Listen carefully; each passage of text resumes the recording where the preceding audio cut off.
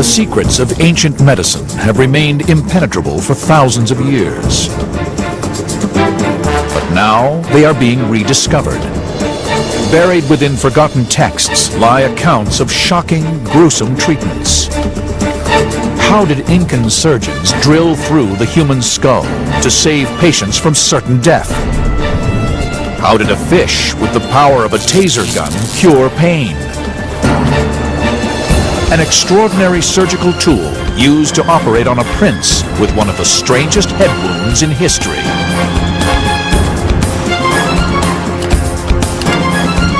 Ancient Discoveries is entering a remarkable world of snakes, leeches, and death rays, uncovering a secret.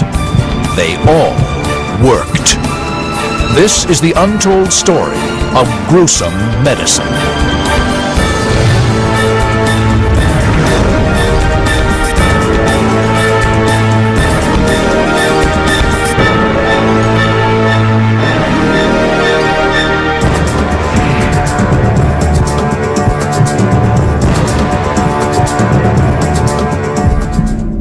Bloodletting. The very word conjures images of cruelty and sacrifice. Beginning over 3,000 years ago, patients were bled to death in their thousands. Ancient doctors removed up to 4 pints in a bid to cure everything from fever to madness. It does sound outrageous to open the veins and drain somebody of their life-giving fluid, but in some circumstances it can actually be beneficial. Bloodletting's most famous practitioner hailed from ancient Greece, and his name was Galen. Born in 129 AD, he was to become worshipped as a god for his miraculous healing powers. Galen had a theory of medicine that was based on balancing humours throughout the body. And he assumed that in order to get the right balance of humours, if you let out blood, then the humours balance themselves. A chilling array of tools were used to open up his patients, from hooks and scalpels to knives and cutting machines. The most notorious of all was the leech. I think most patients today, seeing leeches on their body, would throw up their hands in horror, as it being an outmoded form of treatment. But it has undergone a resurgence. Galen's theories, along with the use of leeches, have been dismissed for centuries. But now, recent evidence has caused medical science to reevaluate them. At the Ancient Discoveries Laboratory, leeches expert Carl Peters is investigating the leech's blood-sucking powers. In this small vial here we have just some ordinary sheep's blood, and on the bottom we have some collagen membrane. So we'll put the leech on the bottom there, and then hopefully it'll drain the vial.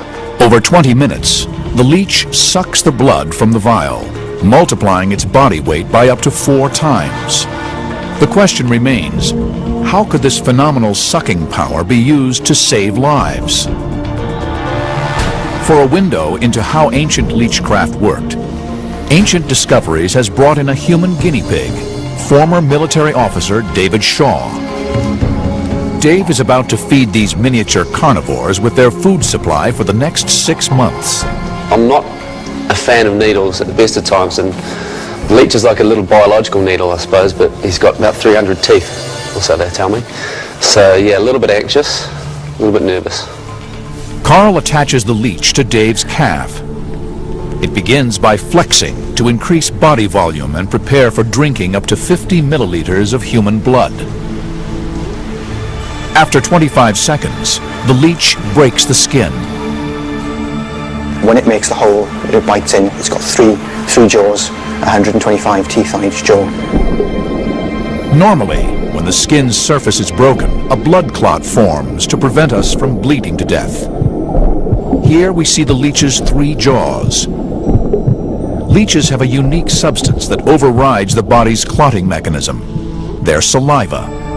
This acts as an anticoagulant, which prevents the blood from clotting.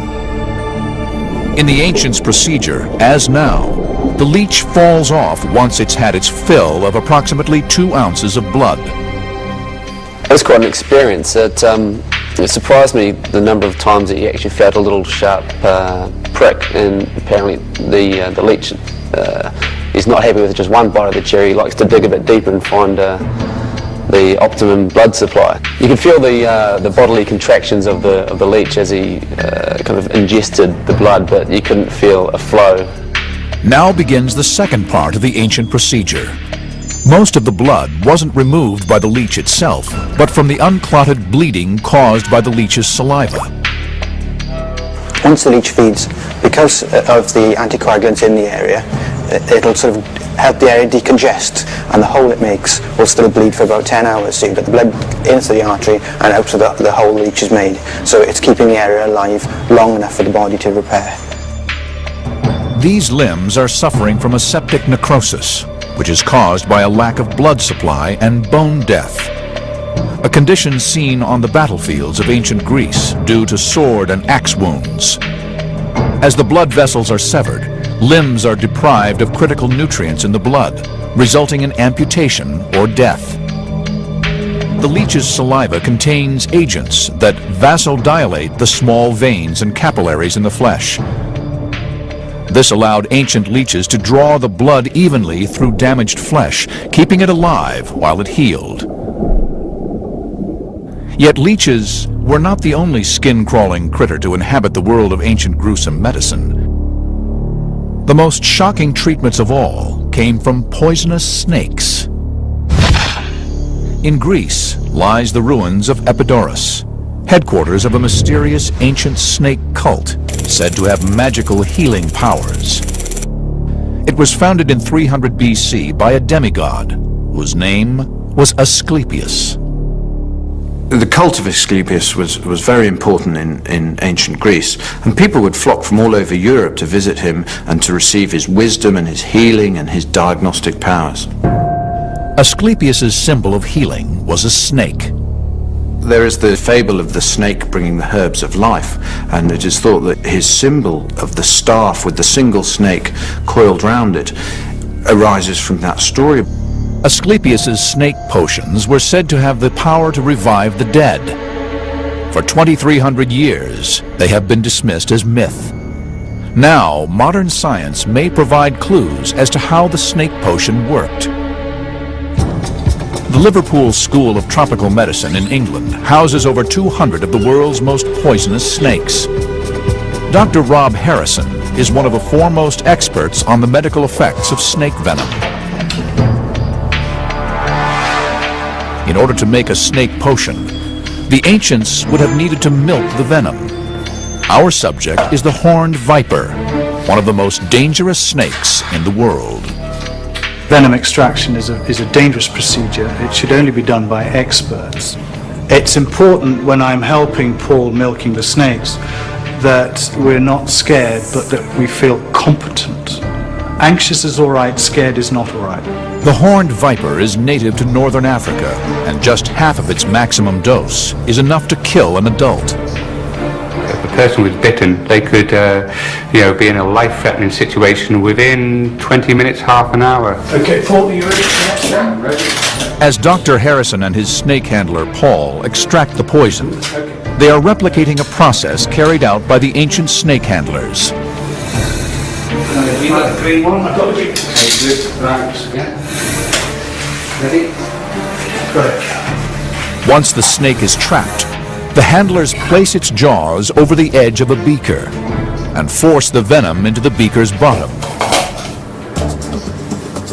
Modern research supports the idea that a snake potion would have had certain benefits.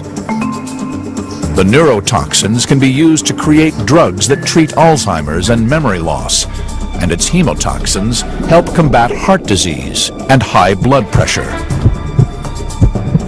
125,000 people die every year from snake bite. High blood pressure certainly kills many more people than that. And the ACE inhibitors, which are the most effective drug against high blood pressure, were developed from snake venom proteins. So we should look at snakes not just as enemies, but also as potential contributors to our better health. If the ancients did access the same unique properties of snakes as modern medicine, how did they ingest the venom in the first place? Amazingly, they may have drank it. Drinking lethal snake venom is not fatal, unless there are cuts in the digestive system allowing the venom access to the bloodstream.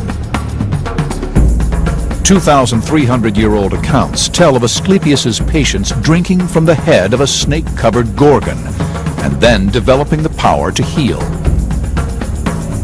Tantalizing evidence that the ancient Greeks could have discovered the same healing powers as the 21st century's latest medical drugs. The ancients' unrelenting search for new medical treatments even saw them transform an underwater killer's taser-like weapon into a miracle cure. The secrets had been lost to time. Until now. Since the beginning of history, humans have sought to manipulate and control pain. From ancient torture devices that inflict unimaginable suffering to magical ointments that make pain disappear. The fact that we want to get rid of pain is not new. And I'm sure the Romans, the Greeks, the Egyptians, and probably everybody who went there before them didn't want pain either. Today, when we think of pain relievers, we think of aspirins or morphine. But in 100 AD, the Romans discovered a very different solution to pain relief. A secret lost to history that depended on a terrifying denizen of the deep. Roman historian Plutarch left an account describing an incredible pain neutralizer, a rare kind of electric eel known as a torpedo. The ancient Roman sources describe how sufferers of extreme joint and leg pain were taken down to the beach. Here, their feet were placed directly on top of the torpedo. After time, their suffering abated and their pain disappeared. The Roman accounts tell of how the torpedo could be used to cure almost all pains, from stomach cramps to syphilis. But aside from the basic ancient descriptions, nothing is known about how the treatment actually worked. How does the jolt of a dangerous animal relieve pain? At the Finisterre Aquarium in La Coruña, Spain, torpedoes are being scientifically examined for the first time. Fernanda Migueles is a marine scientist who has long been fascinated by the fish, whose deadly electric shock weapon may have the power to heal. It's a fish that has remained mysterious for centuries because it primarily lives undercover on sandy beds, hidden from human eyes. The torpedo's electric discharge is primarily for defense, but it is also used to kill prey. When in attack mode, the torpedo electrocutes its target fish, paralyzing it before swallowing it whole. To unravel the mysteries of the torpedo, the fish's deadly electric charge must first be quantified using the latest scientific techniques. To do this, the team need to move the torpedo to the laboratory's test center. 2 millennia after the Romans discovered the torpedo's electric powers, modern science can now reveal how the electricity is produced. 2 electric organs, each containing over 1,000 cells, form the torpedo's electrical power station. When the torpedo stings, the brain signals for the cells to fire, and an electrical charge is produced. Each of the cells produces a small quantity of electricity, but the combination of many cells, all acting in unity, generates an exceptionally powerful electrical discharge. The result is a living aquatic taser. This machine here is an oscilloscope. We use it to measure the torpedo's electric discharge. It measures the voltage of the charge in relation to time. Today, we are going to measure the highest electric charge that it is possible for the torpedo to produce. Torpedo is Latin for paralyzed, so Fernanda must take great care when handling the fish during the test. The torpedo fires its electric bolt, which registers at 20 volts, almost twice the shock level from a modern car battery. Look here. There is a signal of 20 volts, firing 3 times at intervals of only 5 milliseconds. This would cause a severe pain if inflicted upon a person. The Ancient Discoveries team now have a solid reading of the torpedo's electric potential. But the vital question remains: how did the Romans transform an aquatic taser weapon into an anesthetic? At the Ancient Discoveries Pain Lab, Dr. Watson is about to test how Plutarch's astonishing 2,000-year-old pain reliever actually relieves pain.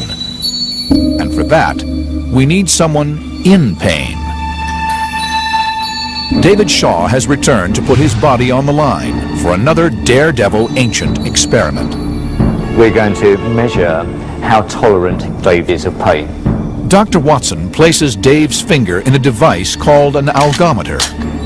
This will push him to the limit of pain endurance by squeezing his finger until he can bear it no longer. I'm going to put your finger in here, and I'm going to keep squeezing, and I'm going to keep applying pressure until you tell me to stop. It's going to hurt, so give me a finger. I'm going to start applying the pressure, and I'm going to squeeze and squeeze and squeeze. As Dr. Watson cranks up the pressure on Dave's finger, neurotransmitters shoot up through the nervous system at 300 feet per second to deliver pain messages to the brain. At this rate, his brain is experiencing pain signals commensurate with a second-degree burn. Go on, keep going, keep going, keep going. And enough? A bit more. Oh, that'll do, that'll do. Well, Dave, that was 827. Well, 827 is not too bad. That's certainly higher than average. But then, given your background and your exposure to pain in the past, then I'd expect you to be higher than average. Oh. Dave's reading reveals he is able to withstand 827 kilopascals of pressure, equivalent to having a 700-pound person standing on his finger. It's kind of an all-encompassing pain that you can't really escape from. Certainly wouldn't want to be in that kind of pain if it was a continual, just a 24/7. You'd be looking for something, anything, to relieve the pain, especially if it was as intense as I've just experienced. Now, the way we think the torpedo worked is that it produced enough electrical charge to theoretically numb pain by neutralizing the nerve impulses sending messages to the brain. So Dr. Watson matches the number of volts produced by the torpedo and administers that to our patient. We're going to be using an electrical stimulator that delivers a particular kind of current. It's really just a modern version of what the Romans were doing with their torpedo fish. Okay, Dave, so what we've done is we put a couple of fairly big electrodes here. I'm just going to turn this up really slowly. The electrical current is almost identical to the 20-volt reading from the torpedo. If the ancient accounts are correct, in his electrically numbed state, Dave should now be able to increase his pain score of 827 kilopascals. How it works is this: there's a gate in the spinal cord which controls how much pain does and doesn't get through. We are simply using electricity to make the nerve fire. The stimulation of this nerve is going to shut the pain gate, and effectively we're going to reduce the ability of the body to transmit pain from the hand up to his brain. And if the pain starts in his hand but doesn't reach his brain, he can't feel it, and therefore he will feel less pain. Now, Dr. Watson must test whether the electrotherapy theory works in practice. After 15 minutes of electrical stimulation at 20 volts, Dr. Watson cranks up the pinometer for the second time.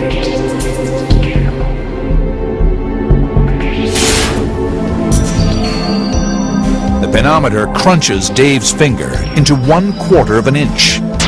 He is now experiencing a far greater level of pain than we would expect a human to be able to take. Yep. Okay. So that gives us 1096. That's 1096. Very different from last time. Very different. 200 up. 200 up. That's about 25% up from where we were before. Originally he was feeling 827, and that's when he told me to stop. This time we got up to 1096 before he told me to stop. So I've made him less able to feel pain.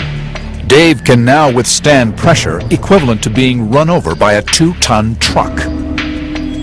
2 2,000 years after Plutarch's first accounts, this pioneering experiment has revealed that the stories of the ancient Romans' miracle cure are grounded in fact.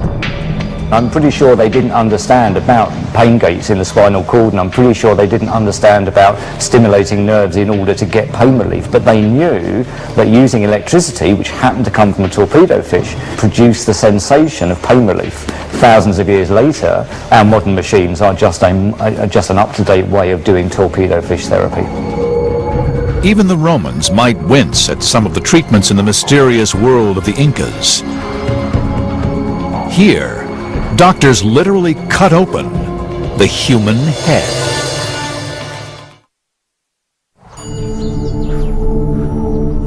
In Cusco, Peru, in the remote reaches of the Andes, a cache of over 500 Incan skulls has been discovered. Over half bear signs of terrible, seemingly impossible injuries. Circular wounds in the skull up to 3 inches across, too precise to be inflicted by any known weapon. Evidence of an ancient, gruesome practice. Inca historian Peter Frost is investigating the mythical world of the Incas. The mystery of the Incas comes from the fact that they were a civilization that grew up in isolation from the rest of the world. There wasn't any contact with them, and they didn't have a written language. The skulls were found in a region known as the Sacred Valley, home to the magnificent lost city of Machu Picchu. Founded in the year 1450, the city lies at almost 8,000 feet above sea level. Surrounded by cliffs and continually wreathed in cloud, this was the secretive citadel of a civilization that ruled over 1 million square miles and 10 million people. Yet the Incas lived here for just 100 years, sucking the mystery of the Incan skulls into the mists of time. 5 centuries later, new forensic evidence may yet solve the riddle. It suggests that the people survived their injuries. There are lots of examples of skulls that they've unearthed which show that the skulls began to grow back over the wound. The linchpins of Incan warfare were weapons such as the club or mace, weapons that deliver severe trauma injuries, such as a fracture to the skull. The thing about a skull injury or a skull fracture, a depression fracture, is that it pushes bone fragments into the brain area, and they must be elevated or taken away, because of course the skull is a box, and if the box is closed and there's bleeding inside the brain, then pressure increases and eventually the brain must die. Incan surgeons developed an astonishing solution to this seemingly fatal injury. They did develop one technique which is extraordinarily sophisticated, which is skull trepanation. Trepanation is the removal of an area of the skull to release pressure or to decompress a depressed fracture of the skull.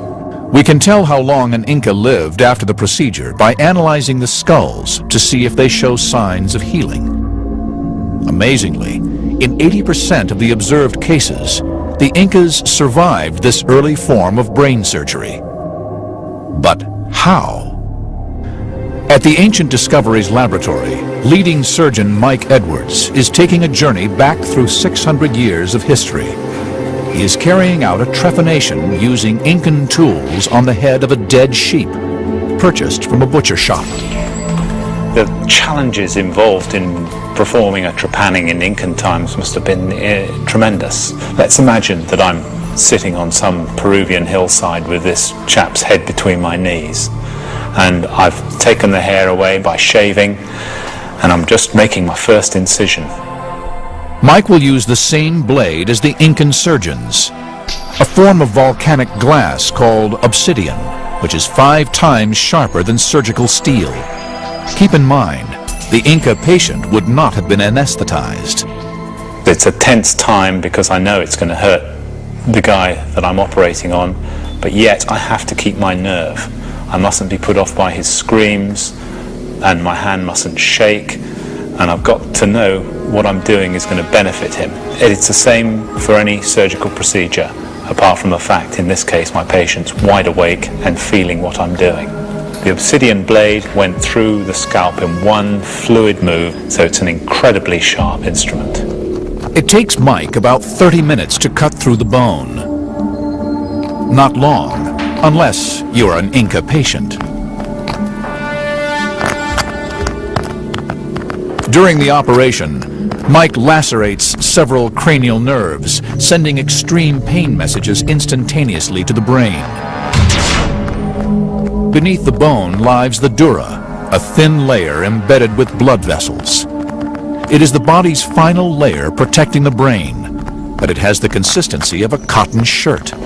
I'm very careful as I go through the skull not to damage the dura, because I know if I pierce the dura, it's going to bleed, and I may not be able to control the bleeding. I will also enter the brain tissue. It may be that there's pressure inside the brain that has caused me to be doing this procedure in the first place.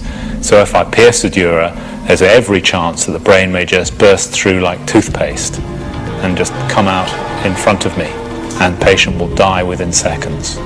Well, looking at this, I think this has been a successful trepanning. We've made the skin flap that you see here. We've gone through the periosteum, we've gone through the bone, and this, peeping up at us through this hole here, is the dura. The vast majority of patients were killed not by the trepanning, but by infection of the brain afterwards. But 8 out of 10 Incan patients survived.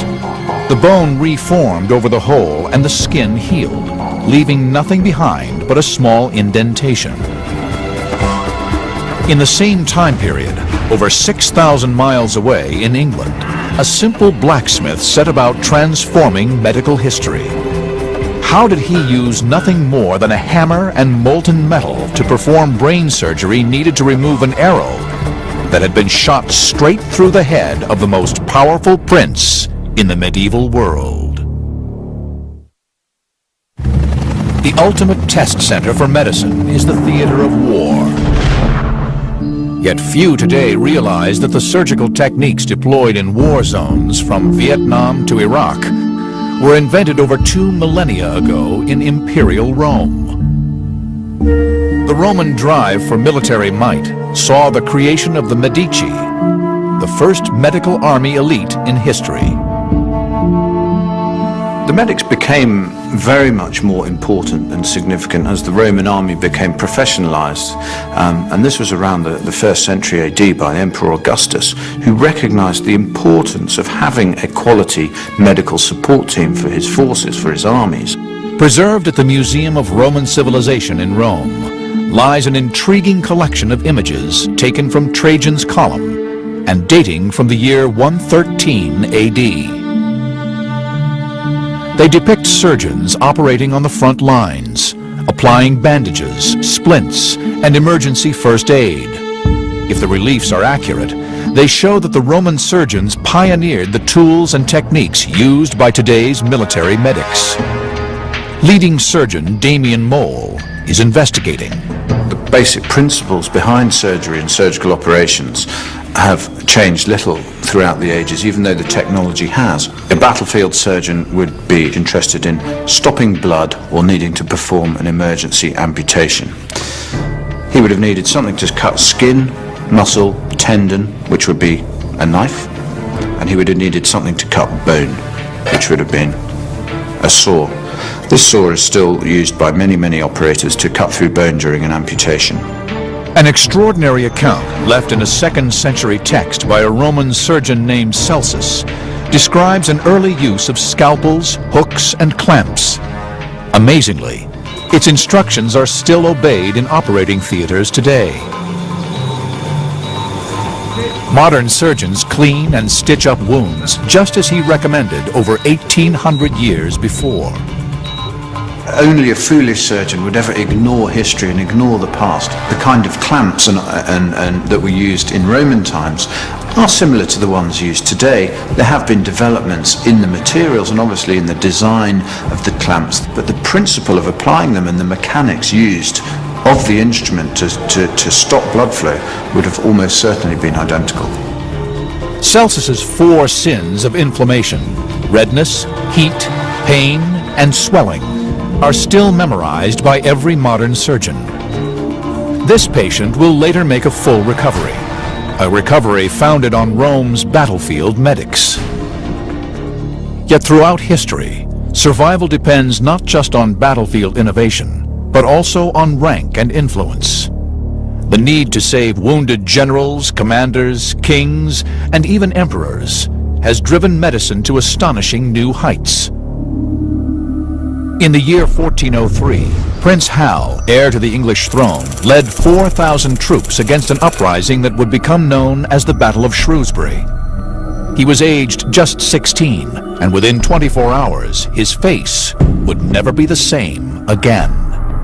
As the Royal Army advanced, the archers on the top of the hillside sent this hail of arrows down the hill. And contemporaries, when they've experienced a battle like this, all talk about how the sky literally darkens over because of the sheer number of arrows that come flying down through the sky.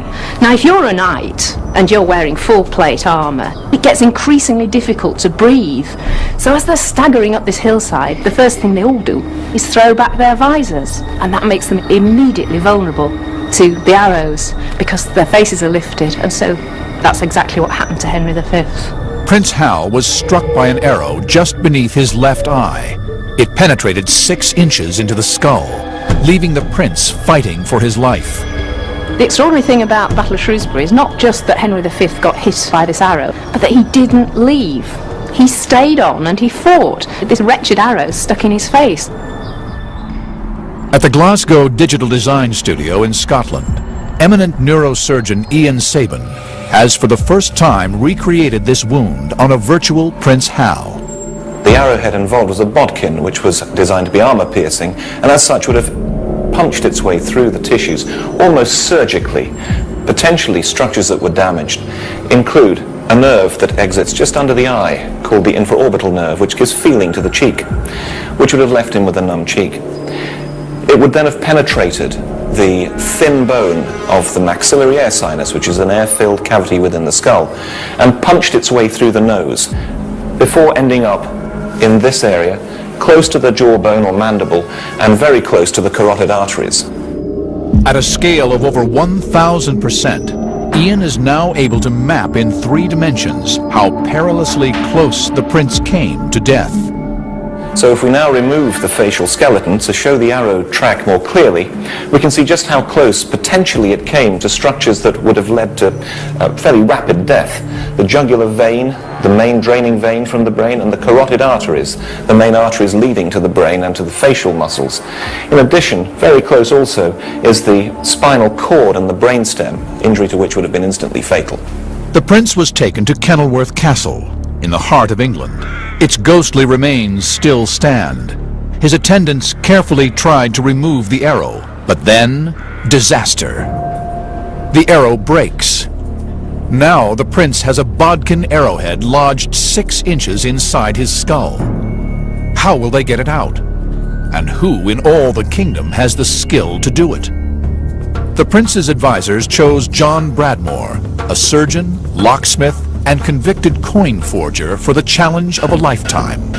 You've got to imagine that Bradmore was in a unique situation. For the start, that he was in prison for counterfeiting, which was quite a serious offence, and he had been dragged out of prison, brought up to Kenilworth and said, right, here's the situation, you've got the future King of England, he's got an arrowhead in his head, we want you to get it out.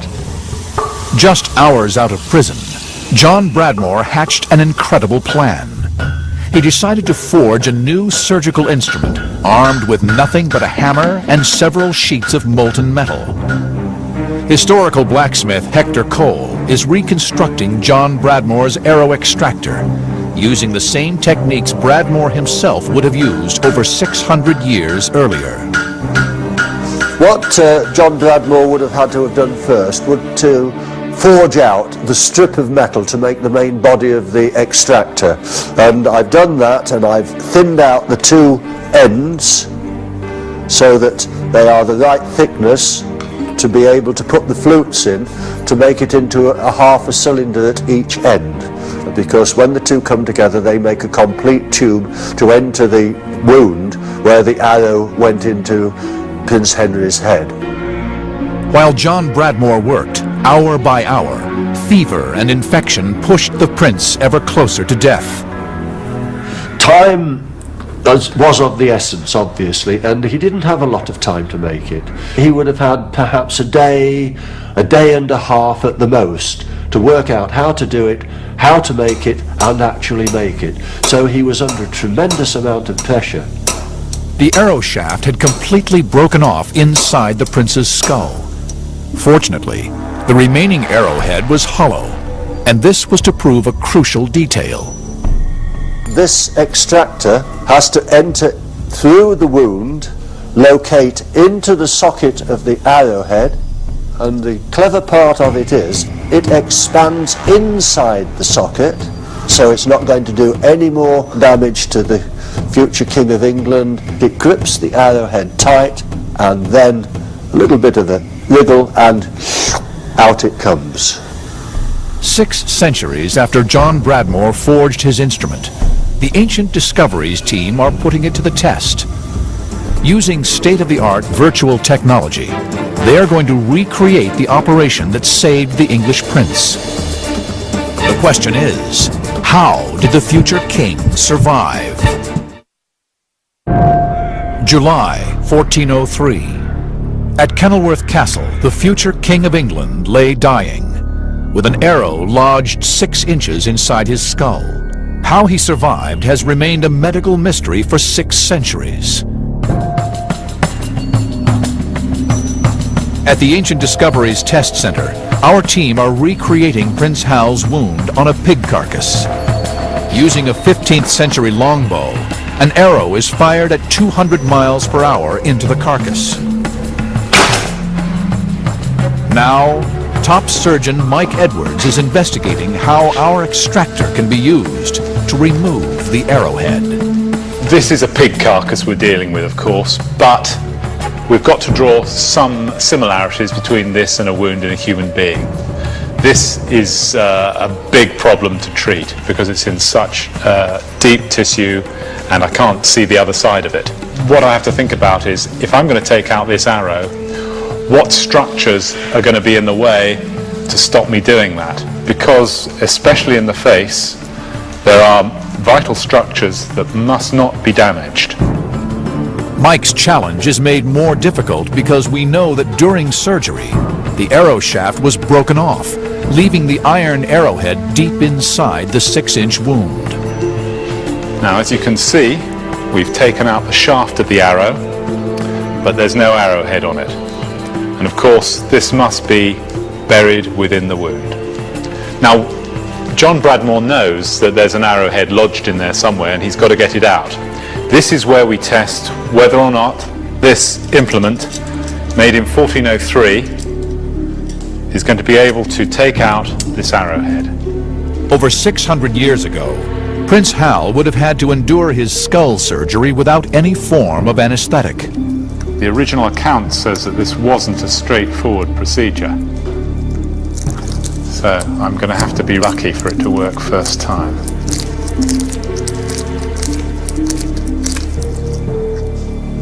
And it hasn't.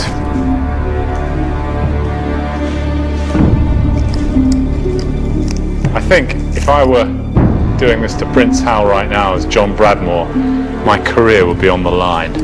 Probably my head would be on the line. What I've got to do is just see whether I'm anywhere near the head of the arrow. Ah, I think that's it. Something's engaged. The question is,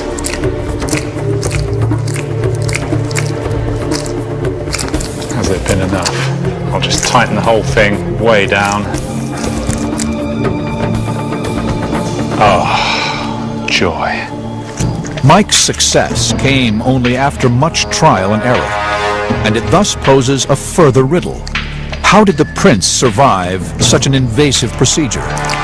To discover this, the team need the technology of the future to look inside Prince Hal's head. At the Glasgow Digital Design Studio in Scotland, groundbreaking virtual technology may yet crack the riddle of the prince who should never have become king. What we've done with Prince Hal has built a three-dimensional model, but in layers, if you will. We've started with outside tissues and worked in three-dimensionally. So we've been able to construct the brain, the skull, all the major systems that are inside our head, and actually understand very clearly where the arrowhead was actually lodged. The team are setting out to model the Prince Hal story in a 3D virtual space. Every real element is modeled to within 1/25th of an inch.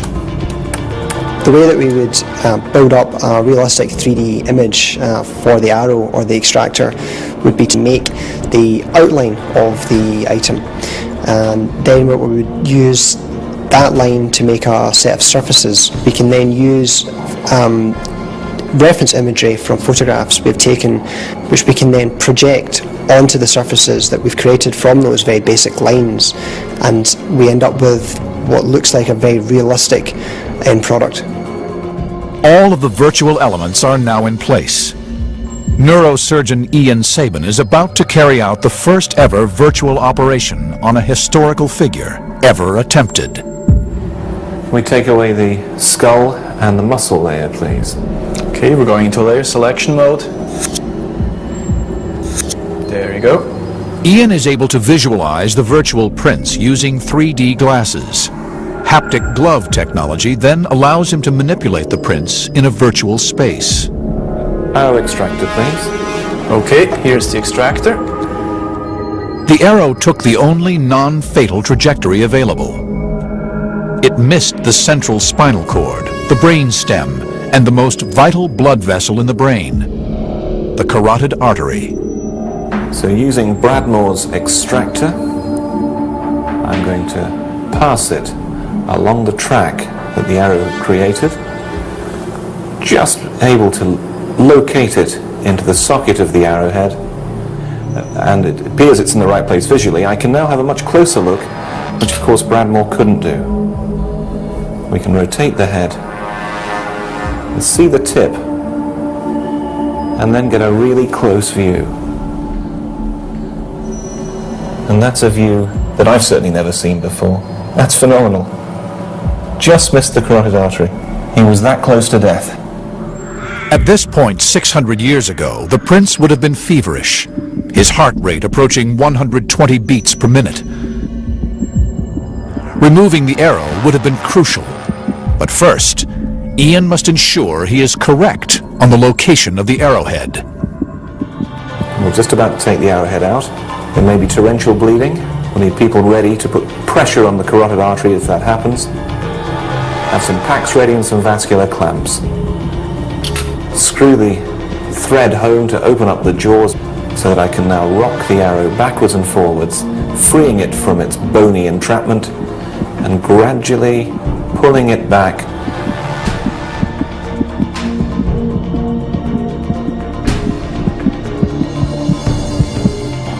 And out it comes. The virtual operation has proved a success. The prince has survived. The injury that Prince Hal received was horrendous, and actually he was incredibly lucky to survive. But we now can understand, using very advanced technology, how he was able to do that, what the surgeon of the time actually did. John Bradmore went on to become a celebrated surgeon and was paid 10 sovereigns a year for the rest of his life. These experiments have proved that the ancients' understanding of pain, trauma, and human anatomy was far more advanced than previously thought. Gruesome treatments, from leeches to snakes and torpedoes, should now be seen not as primitive, but visionary. Every hospital visit we make today